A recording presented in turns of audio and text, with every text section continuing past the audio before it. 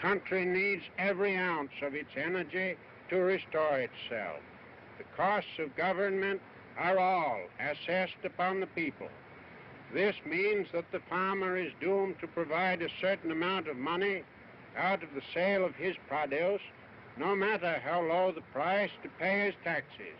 The manufacturer, the professional man, the clerk must do the same from their income.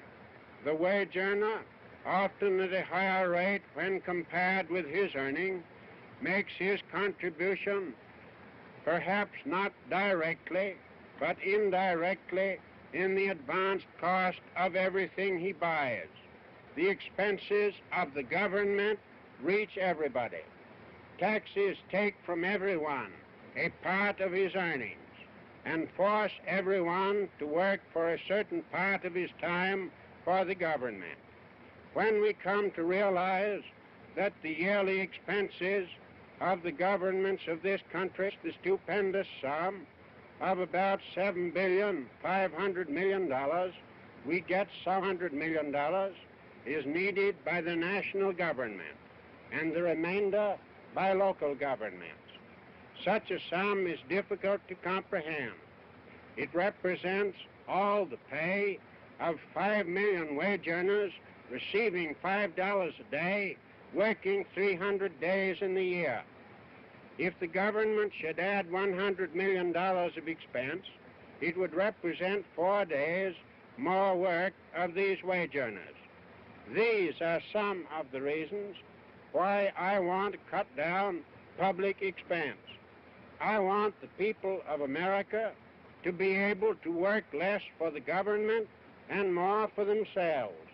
I want them to have the rewards of their own industry.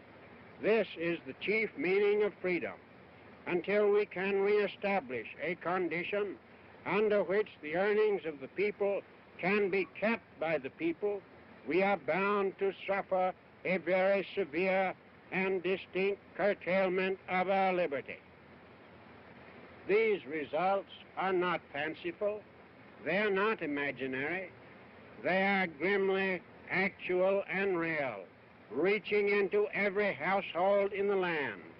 They take from each home annually an average of over $300, and taxes must be paid. They are not a voluntary contribution to be met out of surplus earnings. They are a stern necessity. They come first.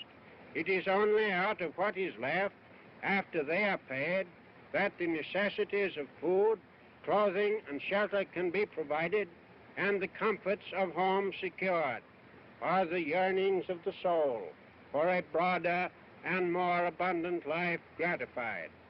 When the government effects a new economy, it grants everybody a life pension with which to raise the standard of existence. It increases the value of everybody's property and raises the scale of everybody's wages. One of the greatest favors that can be bestowed upon the American people is economy in government.